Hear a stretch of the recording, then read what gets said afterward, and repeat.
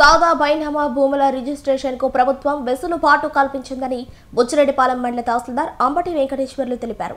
బుధవారం కార్యాలయంలో విలేకరుల సమావేశం నిర్వహించారు. ఈ సందర్భంగా ఆయన మాట్లాడుతూ పొలాలను, స్థలాలను కొనుగోలు చేసినట్లు తెల్ల కాగితాలు, స్టాంపు పేపర్లపై రాయించుకున్న రైతులు సాదా బైనామా ద్వారా రిజిస్ట్రేషన్ చేయించుకోవచ్చన్నారు. 2027 వరకు ఈ జీవో అమల్లో ఉంటుందని రైతులు సద్వినియోగం చేసుకోవాలన్నారు. ఈ రోజు మన తహసీల్దార్ కార్యాలయంలో మీడియా సమావేశం ఎందుకు ఏర్పాటు చేశామంటే, ఇటీవలే ప్రభుత్వం సాదా బైనామాకు సంబంధించి ఒక జీవోని రిలీజ్ చేయడం జరిగింది.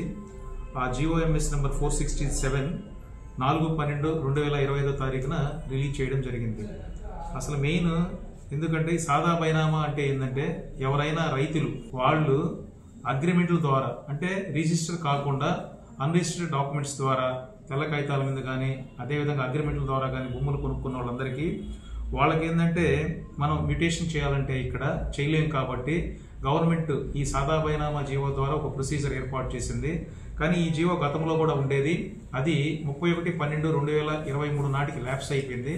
తర్వాత ఈ ప్రభుత్వం వచ్చిన తర్వాత దాని మీద అనేక రకాలుగా కింద తహసీల్దార్ నుంచి జిల్లా స్థాయి అధికారులు, కలెక్టర్లు అందరి యొక్క డిసిషన్ తీసుకొని ఈ యొక్క జీవోని రిలీజ్ చేయడం జరిగింది. ఈ యొక్క జీవో మెయిన్ ప్రధాన ఉద్దేశం ఏంటంటే, ఇది యాక్చువల్గా సాదా బైనామాని మనం ఎలా డిఫైన్ చేస్తామంటే, వాళ్ళు ఖచ్చితంగా ఏదైనా ఒక తెల్ల కాగితం మీద కానీ లేదంటే ఒక స్టాంప్ పేపర్ మీద కానీ అదేవిధంగా వాళ్ళు ఆ భూమిని గత 20 సంవత్సరాల నుంచి 30 సంవత్సరాల నుంచి అనుభవిస్తూ ఉంటారు. కానీ పాపం వాళ్ళకి 1B అడంగల్ అనేది వాళ్ళకి ఉండదు. దీనివల్ల మెయిన్ ప్రధానంగా లాస్ ఏంటంటే, వాళ్ళకి అన్నదాత సుఖీభవ రాదు, అదేవిధంగా ఫెర్టిలైజర్స్ అంటే యూరియా సబ్సిడీ రాదు, అదేవిధంగా వాళ్ళు బ్యాంకుకి ఏదైనా వెళ్తే అక్కడ బ్యాంకులో వాళ్ళకి రుణాలు ఇవ్వవు.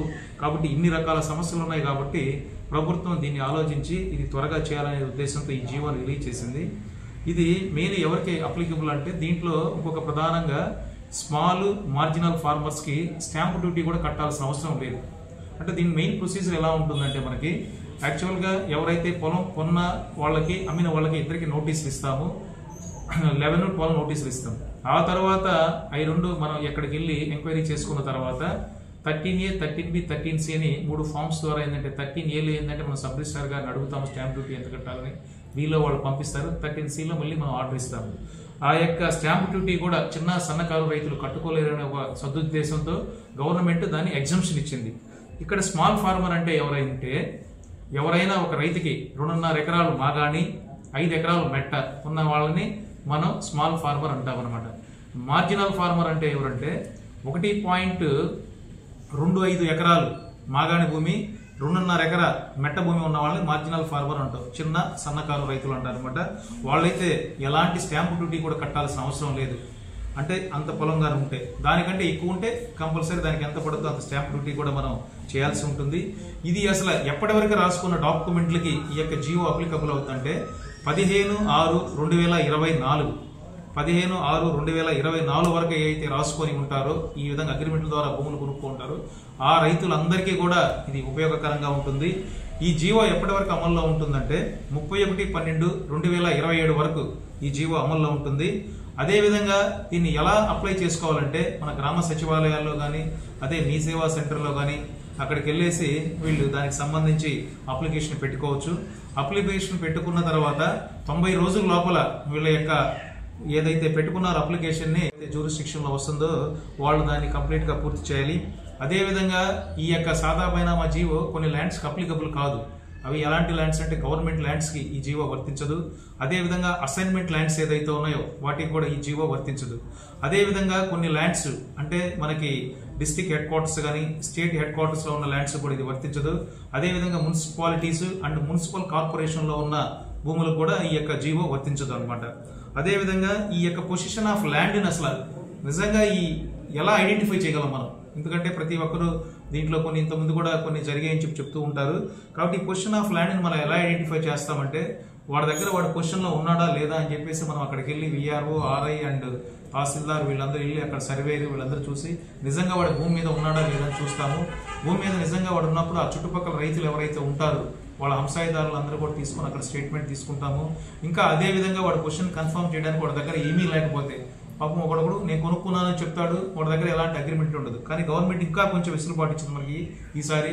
మండల అగ్రికల్చర్ ఆఫీసర్ ఉంటాడు. వాళ్ళు ఏంటంటే ఆ భూమికి సంబంధించి ఈ క్రాప్ నమోదు చేసి ఉంటారు.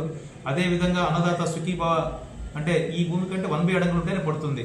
అలాంటి ఏదైనా అగ్రికల్చర్ ఆఫీసర్ వాళ్ళకి ఏదైనా ఇచ్చుంటే దాన్ని కూడా ఆధారం చేసుకొని కూడా ఇవ్వండి మీరు అని చెప్పారు. అదేవిధంగా ఇరిగేషన్ అంటే మనకి వాటర్ ట్యాక్స్ కట్టించుకుంటాం, సరే దాన్ని కట్టించిపోయిన మొన్న వాళ్ళకి ఓటు కానీ నమోదు చేసుకొని ఉంటే మొన్న ఏదైతే మనకి వాటర్ యూజర్స్ అసోసియేషన్కి ఏమైతే జరిగినాయో ఎలక్షన్స్ వాటిలో ఉంటే దాన్ని కూడా ఆధారం చేసుకుని వాడి యొక్క పొజిషన్ కన్ఫర్మ్ చేయమన్నారు. అదేవిధంగా ఏపీఎంస్ అంటే ఈ ఎన్ఆర్ఈజీఎస్కు సంబంధించి ఆ భూమిలో ఏదైనా మన ఎన్ఆర్ఈజీఎస్లో చెట్లు నాటి ఉండడం కానీ లేదా ఏదైనా కాలువ తీయించడం కానీ అలాంటివి చేస్తుంటే దాన్ని కూడా చూసి కన్ఫర్మ్ చేయమన్నారు.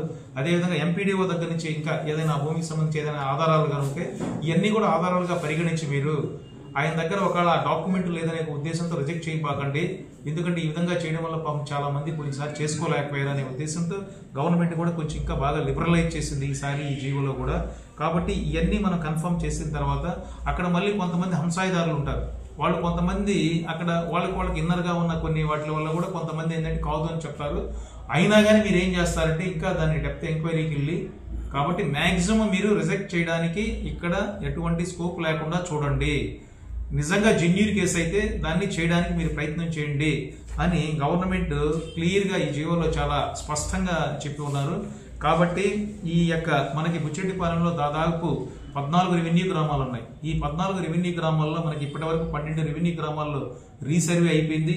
అయినా కానీ ఇంకా సాదా బైనామా కేసులు చాలా ఉన్నాయని చెప్పి మా దృష్టికి వస్తుంది. అదేవిధంగా సోమవారం పూట అక్కడ కలెక్టర్ గారి దృష్టికి కూడా వెళ్తూ జరుగుతుంది. ఇప్పటి వరకు అయితే మనకి ఈ యొక్క ఆప్షన్ లేదు కాబట్టి మనందరం కూడా ఇక్కడ ఏమీ చేయలేకపోయాం. కాబట్టి ఇప్పుడు ఇది వచ్చింది కాబట్టి మండల ప్రజలందరికీ అంటే రైతులకు ముఖ్యంగా నా యొక్క విజ్ఞప్తి ఏంటంటే ఇది మీకు ఒక మంచి సదవకాశం ప్రభుత్వం కల్పించింది కాబట్టి మీ సేవలాగా కానీ మీకు ఎవరికైతే ఈ సాదా బైనామా ద్వారా భూములు కొనున్న రైతులందరూ కూడా ఈ యొక్క అప్లికేషన్లు అప్లై చేసుకొని మా దృష్టికి తీసుకురాగలిగితే మేము ఇవన్నీ కూడా ఏంటంటే మీకు పరిష్కారం చేసి జెన్యూన్ కేసులు అయితే వాటన్నింటిని కూడా మీకు 1B అడంగులకి ఇచ్చి పాస్ పుస్తకాలు తేవడానికి మేము ప్రయత్నం చేస్తాము.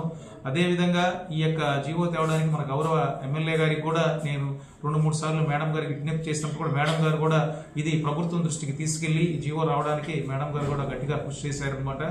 అదేవిధంగా దీంట్లో మీడియా మిత్రులందరూ కూడా దాదాపు అంతకుముందు నన్ను కూడా అడిగేవాళ్ళు ఇది ఇట్లా ఉన్నాయని చెప్తే నేను అప్పుడు కూడా అదే చెప్పేవాడిని ఇంకా మనకి జీవో రాలేదని చెప్పి. ఇప్పుడు ఈ జీవో వచ్చింది కాబట్టి అందువల్ల మన మీడియా మిత్రులందరూ కూడా దీని ద్వారా వాళ్ళు విస్తృత ప్రచారం కల్పిస్తారని ఈరోజు ఈ యొక్క మన కార్యాలయంలో ఈ యొక్క పత్రికా విలేకరుల సమావేశం ఏర్పాటు చేయబడింది. కాబట్టి మీడియా మిత్రులందరూ కూడా నేను ముఖ్యంగా విజ్ఞప్తి చేసేది ఏంటంటే మీరు కూడా దాదాపు ఇది ఎందుకంటే భూమి అనేది ప్రతి ఒక్కరికి చాలా అనుబంధం కాబట్టి మీరందరూ కూడా ఈ జీవోని విస్తృతంగా ప్రజల్లోకి తీసుకెళ్ళండి. మీకు తెలిసిన వాళ్ళు కూడా ఎవరైనా ఉంటే వాళ్ళ ద్వారా ఈ మీ సేవ సచివాలయాల్లో కూడా ఇవన్నీ కట్టించి మా దృష్టికి తీసుకొస్తే వాటన్నింటినీ కూడా మేము పరిష్కరించడానికి కృషి చేస్తామని చెప్తున్నాం. అదేవిధంగా మన గౌరవ కలెక్టర్ గారు ఆర్టీఓ గారు కూడా దీని మీద విస్తృతంగా ప్రచారం చేయమని చెప్పి ఉన్నారు. అదేవిధంగా మేము గ్రామాల్లో మా విఆర్ఓ ఎవరైతే ఉన్నారో వాళ్ళ ద్వారా కూడా మేము టామ్ ఏం చేసి ఇది ప్రజల్లో మళ్ళీ గ్రామాల్లో కూడా విస్తృతంగా ప్రచారం చేయిస్తాము. కాబట్టి ఈ యొక్క సమావేశానికి చేసిన మీడియా మిత్రులందరికీ రైతులందరికీ మరొక్కసారి నేను ముఖ్యంగా విజ్ఞప్తి చేసేది ఏంటంటే ఈ యొక్క జీవోని మీరు సద్వినియోగం చేసుకుంటే మీకు దాదాపు చాలా వరకు ఎందుకంటే మన బుచ్చిరెడ్డిపాలెం మండలంలో నేను ఎక్కువ చూసిన కేసులు ఏంటంటే చాలా వరకు సాదా బైనామా కేసులు ఇంకా ఎక్కువగా ఉన్నాయి ఈ మండలంలో. కాబట్టి మీరందరూ వినియోగం చేసుకొని ఈ జీవోని వినియోగం చేసుకొని త్వరగా మీ యొక్క సమస్యలకి పరిష్కారం పొందుతారని కోరుకుంటున్నాను.